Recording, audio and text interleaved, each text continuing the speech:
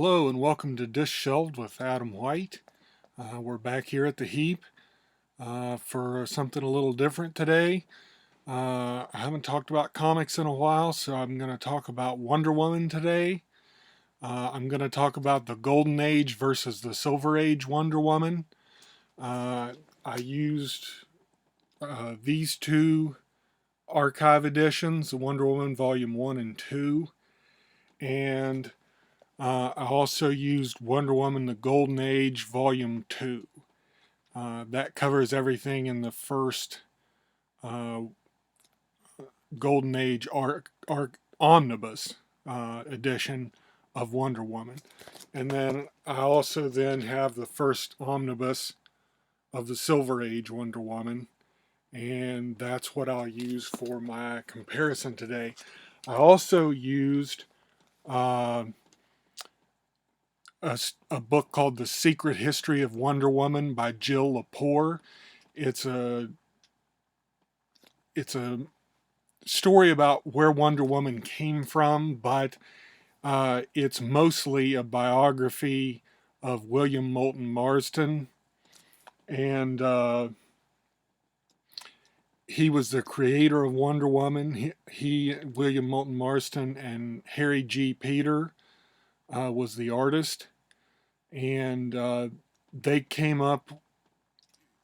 First of all, Marston was a little bit older in his 40s, I think, when he came up with Wonder Woman. He had a very strange home life.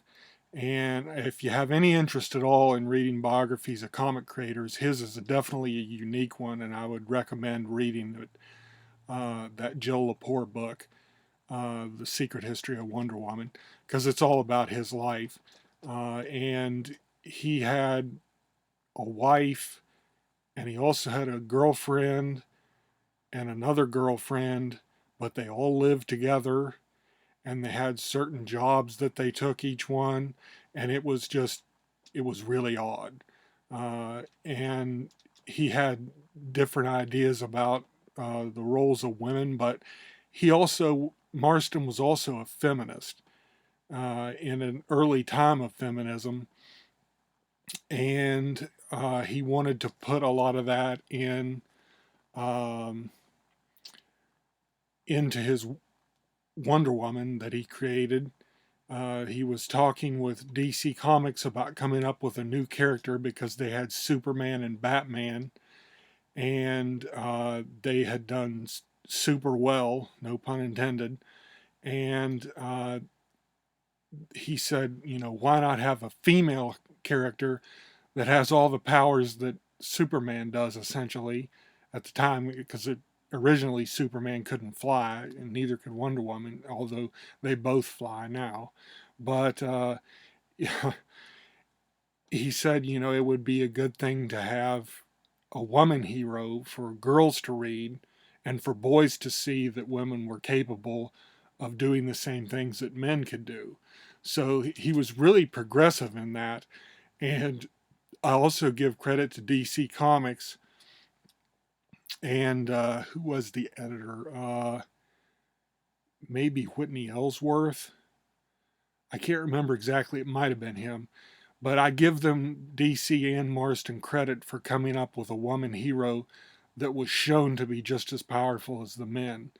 And she was an Amazon born on Paradise Island, and she grew up to be the strongest and best of the women on the island. And one day, Steve Trevor crash lands close to the island, but not on it. And well, no, actually, I think he might have crashed on it. That's Silver Age that I'm thinking of. And because men aren't supposed to be on the island, but Steve Trevor crashed there, and she, of course, immediately fell in love with him, and because that's what characters do in this time. And this was back in the early 40s. And she, they said that one Amazon would have to go back to man's world with him to help fight against evil, because this was during World War II. And so Princess Diana puts on a mask, which I don't know how would fool anyone, but she fools them into believing she's just some girl for the test because she didn't want to be favored by her mother, the queen. And ultimately, she wins the contests that they have, and she is chosen and gets her outfit and goes to the what they call the man's world, and she has all her adventures then. Now, something that the original Wonder Woman was noted for was that there's supposed to be a lot of bondage in it. Now,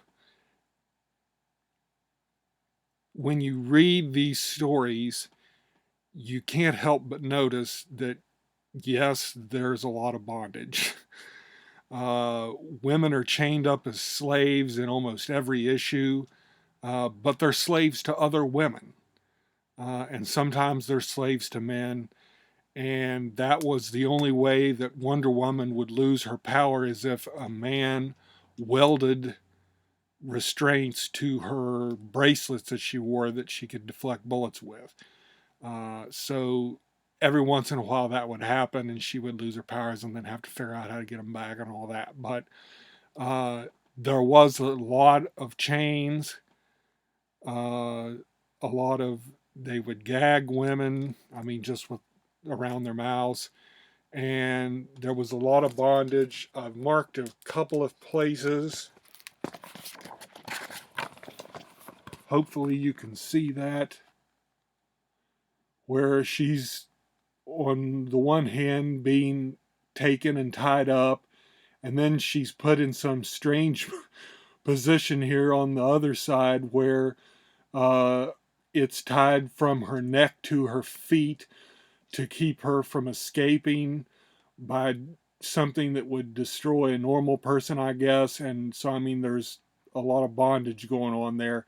And there's stuff like that in every issue. It just is. Uh,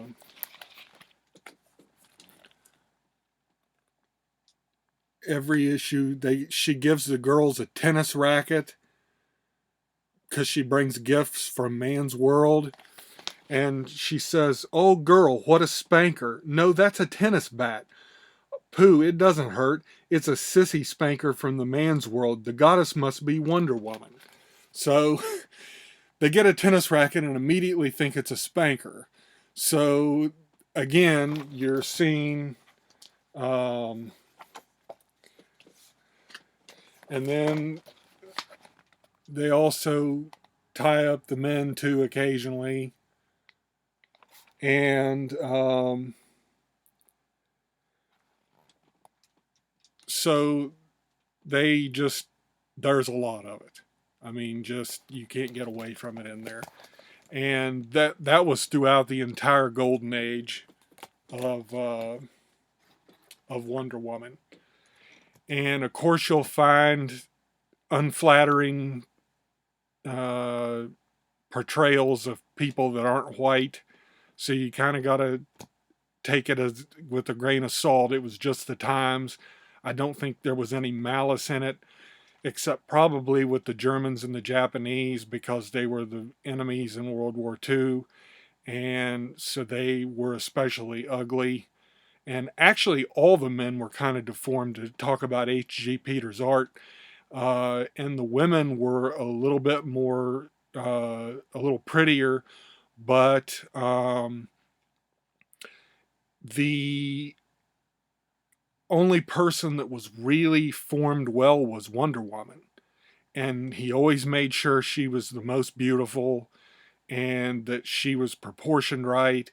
And they really just, uh, his was always a good looking Wonder Woman. And all, like I said, the men were kind of almost deformed at times, but it was to show that the women were superior to the men. And Wonder Woman would always come out on top. She always had to save Steve Trevor. He was a test pilot and a spy, and he was constantly in need of saving. So it kind of put the reverse on the Superman and Lois Lane, and in when she was always in danger. In this one, Steve Trevor was always in danger, and Wonder Woman always got him out of it. And so there was really a lot of feminism in these, and you can thank William Moulton Marston for that. Uh, Even though it was a little kinky, uh, you can look past that. It wasn't, I mean, it had to have been intentional, but uh, you get through it, and it they're really actually pretty good stories, given that they were the golden age. Because a lot of times some of those original stories are pretty blasé. Now uh, she mostly fought the enemies of Japan and Germans. She also fought like the god Mars, and they also introduced the cheetah early on because most of the characters didn't have supervillains. So the cheetah was actually an early supervillain that was introduced during the Golden Age, and so that was a little different too. I've talked about that quite a bit. Now I'm going to move on to the Silver Age Wonder Woman, which I'll hold over here because of the light reflection. The Silver Age Wonder Woman, I expected to like it better, just because in the past I've always liked Silver Age stuff better than the Golden Age stuff. For most characters that I've read, and like I said, I don't have an extensive background in the Golden Age, but I have read a lot of archive editions, and while they're enjoyable, I've always found the Silver Age stuff more enjoyable than the Golden Age stuff. So I was expecting to like the Wonder Woman of the Silver Age better than the Golden Age. Well, that turned out not to be the case. To start out with in this, they retell these stories are mainly by Robert Kanigher, and Ross Andru was the artist. Uh, Bob Kanigher was kind of the anti-feminist, and he really probably shouldn't have been the person writing Wonder Woman.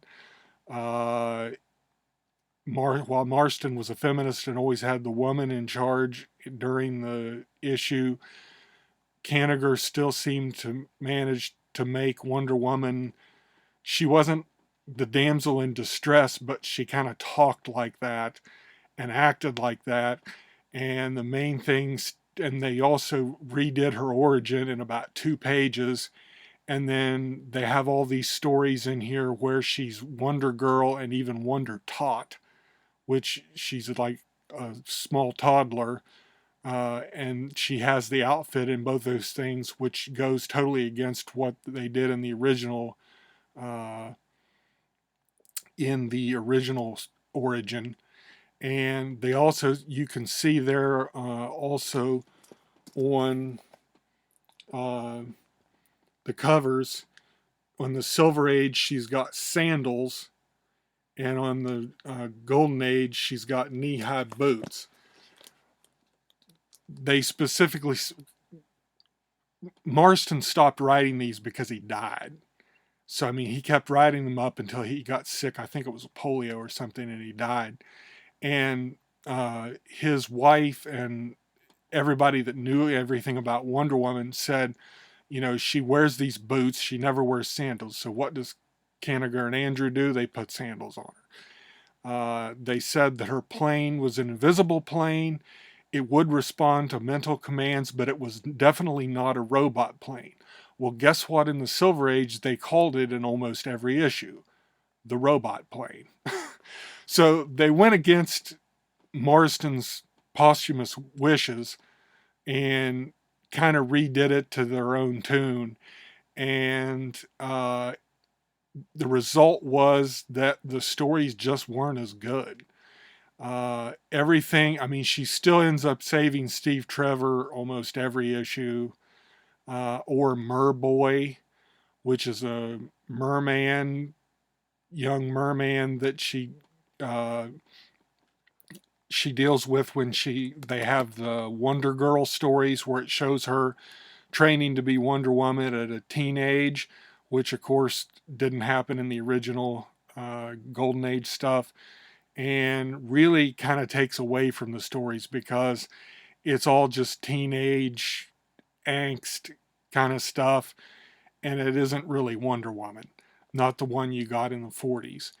And she has interactions with this merboy that's in love with her. His name first is Reno, then it's Rono, then it's Mano. They can't seem to keep his name straight, which I found. I mean, it's not confusing. It's obviously the same guy, but it is confusing as to why they couldn't keep his name straight. Uh, and so they have those, and that takes away from the stories, I think. That those start about halfway into this, and they have the teenage ones, and the Wonder Tot shows up at the very end for a couple issues. Uh, Now, the art by Ross Andru, who was known later for doing Spider-Man, he had an overall style that was a little more, uh, I don't know what to call it, but it was just a little more consistent than what H.G. Peter did. And he he always had the other characters looking fairly well. But his Wonder Woman, I don't think looked as good as what H.G. Peter's Wonder Woman looked like. Some people may disagree with that, but um, she always had kind of slicked down hair. It doesn't have it on this. She's in space, so it's floating. But she always just kind of had a look to her that was made her look like the doe-eyed damsel in distress, even though that's not what she was supposed to be. Now, there was no bondage in these necessarily, but there was a few things that I wanted to point out. This one, just look at the cover. That's pretty much all I need to say. There was also, let me find,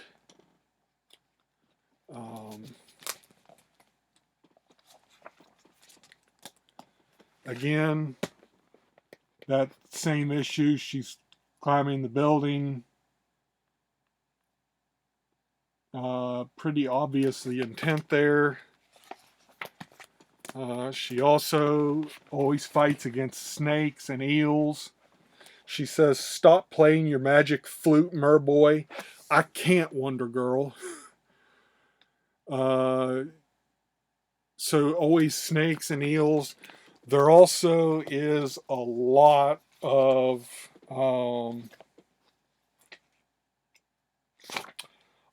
rockets in the first, and she's usually straddling them. And these rockets appear, whether they're manned rockets or missiles or whatever they happen in almost every issue, especially through the first about half of this. And so people give a bad rap to the Golden Age Wonder Woman because of the bondage, but there was a little bit different situation going on in the Silver Age Wonder Woman that was pretty obvious on the art side too, which isn't surprising because it probably, I don't know how much of it came from Ross Andru drawing it, but I'm sure Bob Kanigher had a hand in it. Now, Kanigher was a good writer. He really did a great job on DC's war comics like Sergeant Rock, and I think maybe he did The Losers, the original ones. I can't remember if that was him or not. But he did a lot of the war comics for DC, and they were really excellent. But Wonder Woman just wasn't his wheelhouse. He treated her in a way that was below her station as a hero, and everything was every issue was just Steve Trevor trying to get her to marry him. He calls her Angel every time instead of Wonder Woman or Diana, and it makes it seem kind of talking down to her, even though she's superior to him in every way. And it really just, I thought that the Golden Age issues were a lot better than the Silver Age issues. And I highly recommend get. They've got the Golden Age stuff out in 4 omnibuses right now. There's a 5th one that's going to come out, I think, maybe in October, and that collects a lot of stuff from the early Wonder Woman, from Sensation Comics and Wonder Woman comics, and the Silver Age collects from a selection of Wonder Woman comics, starting I think with maybe 94 and goes to about I don't know, 120, 123 or something like that. Uh, I highly recommend checking out the Golden Age Wonder Woman stuff because it does give a nice feminist perspective on the superhero from an early time when you really didn't get a lot of. And if you read that book by Jill Lepore, you'll see, I mean, it's a lot of the women's lib movement at the time, and feminism was really in high swing then. And Marsten did a really good job, and H.G. Peter too, of making the woman look superior in these books. And the Silver Age Wonder Woman just didn't do that. So I recommend highly the Golden Age Wonder Woman, and any of the ones that Marston and Peter did, and they both pretty much worked on it until they died. H.G. Peter was older at the time he started. I think he may have even been 60 or something when he started drawing Wonder Woman. And he was the original creator, but they did every issue together that appeared of her in both her different comics, and until, like I said, they died. And so it was a real consistency between the writer and artist too. Uh, there was a consistency, at least in the writer and artist of the Silver Age, but it just didn't hold up to the Golden Age stuff. So I can't as much recommend the Silver Age. There is some fun issues in here, but if you're going to read something that's older Wonder Woman, I would definitely recommend the Golden Age stuff over the Silver Age if you're going to spend your money on it. So I hope you enjoyed this little talk. I did. Uh, I hope it gives you a little insight into Wonder Woman and the Golden Age versus the Silver Age. And I may do some more of these type of comparisons in the future. It just gives me something more to talk about, as you can see by the playtime of this one, which is going on really long. So I'll let you go. Thanks for hanging out with me this week, and I'll see you guys next week.